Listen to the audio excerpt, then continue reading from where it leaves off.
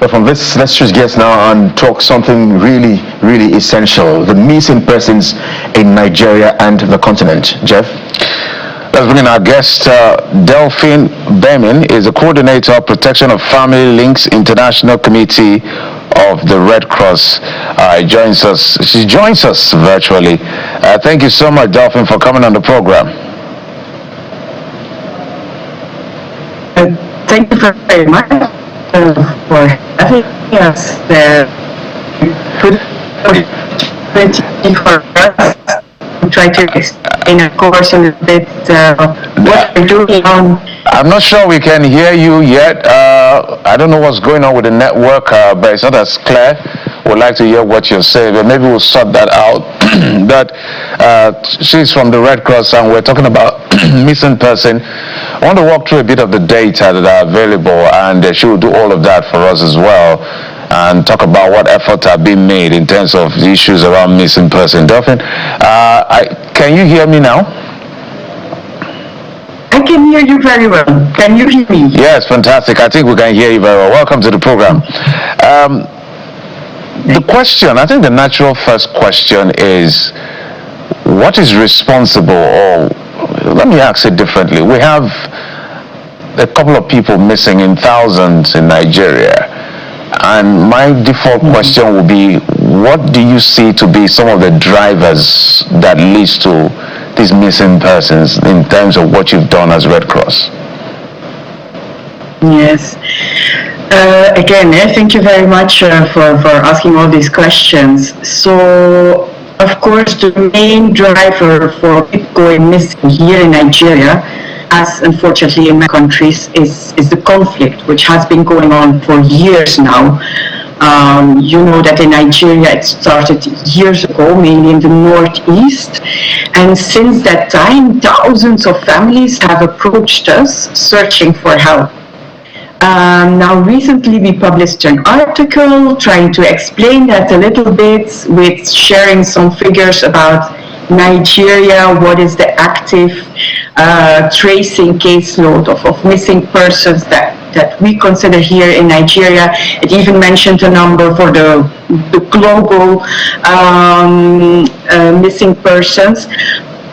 I have to say there that whatever figure we mention, like for example in the articles, it only is the people who are recorded, the families who came to us and who are registered with us. It never reflects the true number of missing persons, whether that's in Nigeria or globally. Whatever figure we share is just whoever came to us, and often, unfortunately, that's only the tip of the iceberg. It's only like a fraction of the true number of missing persons. So as we speak actively, from your database in terms of reports, how many people are still missing? Because I know there was an update in terms of the numbers. What do we have right now in Nigeria? How many people are missing in the entirety of the country from your record?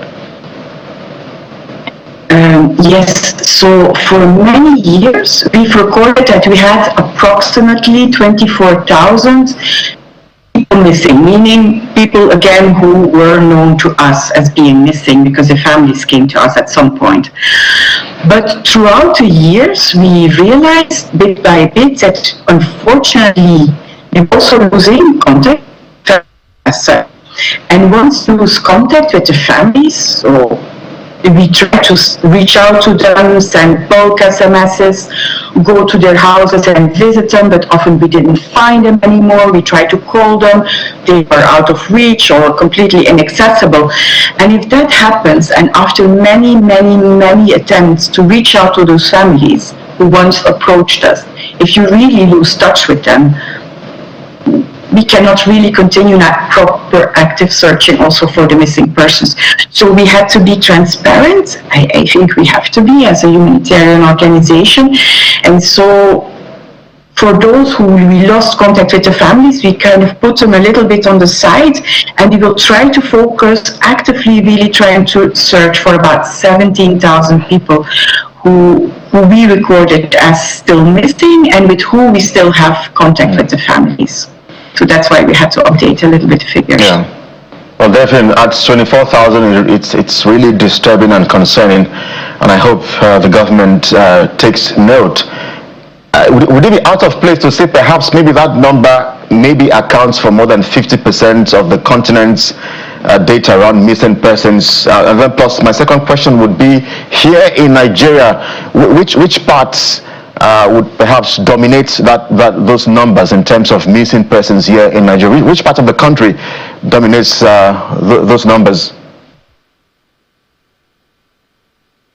Well, of course, the ICRC, so the International Committee of the Red Cross, were mainly active in the Northeast, meaning Adamawa State, Yobe State, and Borno State, which tend to be the most affected. Of course, also other parts of the country are affected, absolutely. And in those parts also, it's more, let's say, the Nigerian Red Cross who are very active. It could sometimes be also like migration related, but if we're talking conflict related, it's definitely the Northeast. And I have to say it is an important number of families in Borno State who reached out to us to seek for help. So that kind of gives you a little bit of an idea, I think. Well, definitely, I hope we have you with us. We couldn't hear you again. All right. So if in the Northeast, perhaps one would say the driver there could be mainly banditry or insurgents and all of that. In this part of Nigeria, the southern part of Nigeria, southwest, south, southeast, and all of that, what would you tag as perhaps the drivers of missing persons here? Of course, as a Nigerian, it's slightly different. Northeast is mainly conflict related, and as us, as the International Committee of the Red Cross, our mandate is mainly linked to the conflict. So we're more active up there, Northeast. However, in the rest of the country, you have all branches of the Nigerian Red Cross, and if somebody has a missing person there, it's better that they can go and search to contact the Nigerian Red Cross, of course. And of course, it's different, so slightly different situations, let's say. All right, so let's talk about some of the success stories. You talked about 24,000. Maybe you can give us a period, if you will, maybe in the last 1 year, in the last 5 years, how many persons have been successfully found and reunited with their families? Okay. To highlight again, sorry.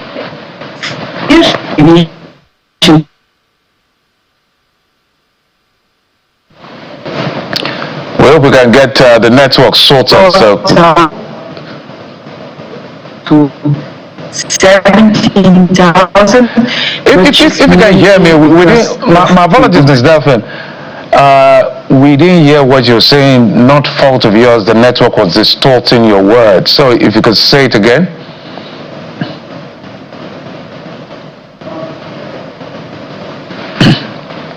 Oh dear. So we hope we can get it back. But the issue of missing person is very troubling because the lack of closure is one of the most mentally psychological trauma that people who have family members who have to deal with these issues experience, because you don't know whether the person is dead or alive, and it could be tens of years or many years. But I was asking about the success story. And we were trying to get your words. The network was distorting it. Can you repeat what you said? I don't know if you can still hear me. There be an issue a little bit with the camera, but I hope you can still hear me. Yes, please go ahead. Okay, so then it's good.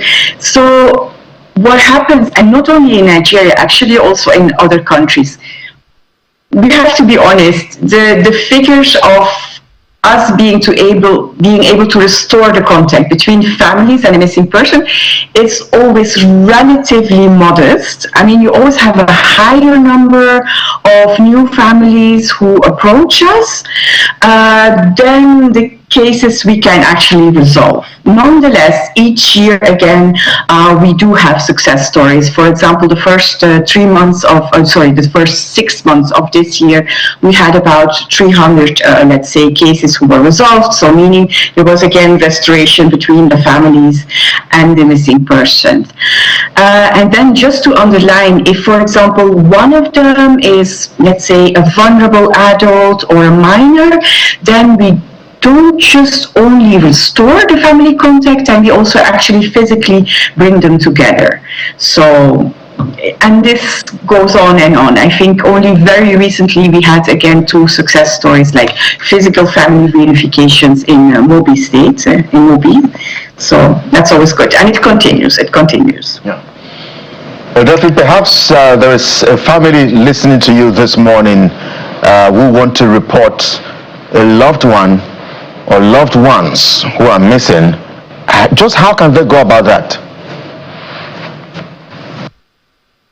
Okay, well, it's relatively easy in the sense that they can reach out to any Red Cross office, so meaning the Nigerian Red Cross, or if they need Nigerian Red Cross volunteers in the field where they are, where they live, or they can also come to the offices of the International Committee of the Red Cross. So you have an office in Damaturu, in Maiduguri, and in Mobi. And we have a call center, which is a free number, which anybody can call if they have a concern about a missing relative. And the number is 0800 5000 4000. So I'll repeat it once again, 0800 5000 4000. So from Monday till Friday, there's always somebody there to help you to answer your questions. Maybe 2 questions in one as we begin to round off our conversation with you.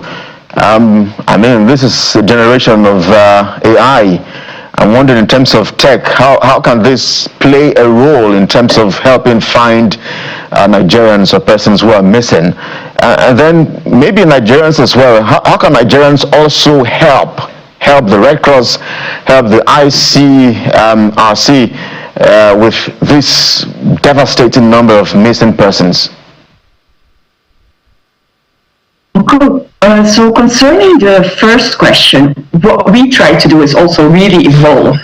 And for example, now open source information, as you know, that there are also other organizations who kind of have this kind of tracking tools online where they record events and then incidents that happened, for example, in the Northeast, an event that happened, and then they also try to track the movements of the population. And this is super useful for us, because when a family comes to us and tells their story, which is always the beginning of the puzzle, then of course they only know when it happened and what happened, but they don't know what happened afterwards with the person who went missing. But if you use those tracking tools, then sometimes you can see the population movement going from whatever incident happened to another location, and this can then help us also that guide us in our search process. So that's already one of the tools we can use, definitely. And then for your second question, of course, very important also, how can any Nigerian help missing persons? Well, first of all, if you know a family who has a missing person and the family really don't know where that person could be, if it's conflict related, tell them to come to the ICRC, the International Committee of the Red Cross, share the number we just shared with you with them, tell them that they can call us. If it's any other situation of a person going missing, maybe more, let's say, migration related, they can also contact the Nigerian Red Cross, who we work constantly together.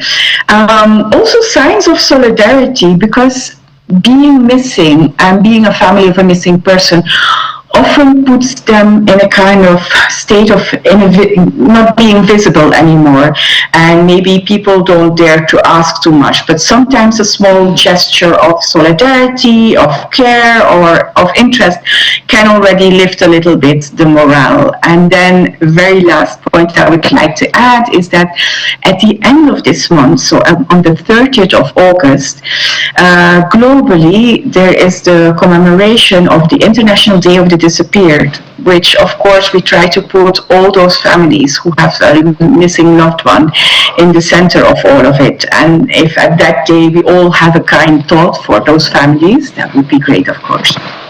As we wind down, Berlin, let's talk about, just briefly, support from government, support from security agencies. How does that work for you?